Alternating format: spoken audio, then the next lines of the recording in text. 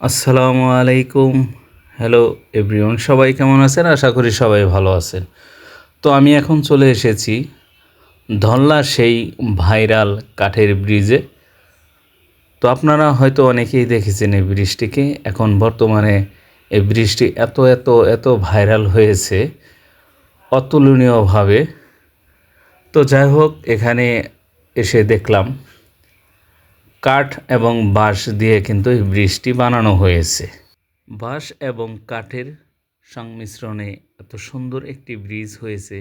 আসলে এই বাঁশ আর কাঠ দিয়ে যে এত সুন্দর ব্রিজ হয়, এখনকার বর্তমান জেনারেশন কিন্তু তা উপলব্ধি করতে পেরেছে। কারণ একসময় বাঁশের এবং কাঠের ব্রিজ ছিল, কিন্তু এত সুন্দরভাবে তখন কিন্তু ব্রিজ কেউ তৈরি করতে পারে না বা করে নাই। তো এই জেনারেশনে এসে কিন্তু বাঁশ আর কাঠের ব্রিজ কিন্তু করেছে এবং সেটি কিন্তু সৌন্দর্যে ফুটিয়ে তুলেছে বর্তমান জেনারেশনে। এবং এ জেনারেশনে কিন্তু এই ব্রিজটি কিন্তু ভাইরালও করেছে, কারণ অনেক দূর দূরান্ত থেকে কিন্তু এই ব্রিজটি দেখার জন্য সবাই ছুটে আসে। তো এই যে দেখতে পাচ্ছেন, আমি একটু হাঁটাহাঁটি করলাম ব্রিজের উপর দিয়ে, ভালোই লাগছে।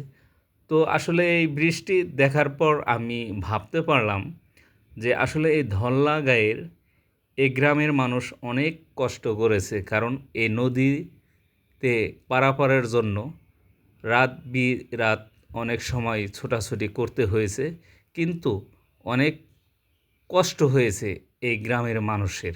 তো আজ সে কষ্ট দূর হয়েছে। তো যাই হোক, এখানে কাউকে আমি পাইনি যে জিজ্ঞেস করব যে বৃষ্টি মূলত কার দ্বারাই হয়েছে।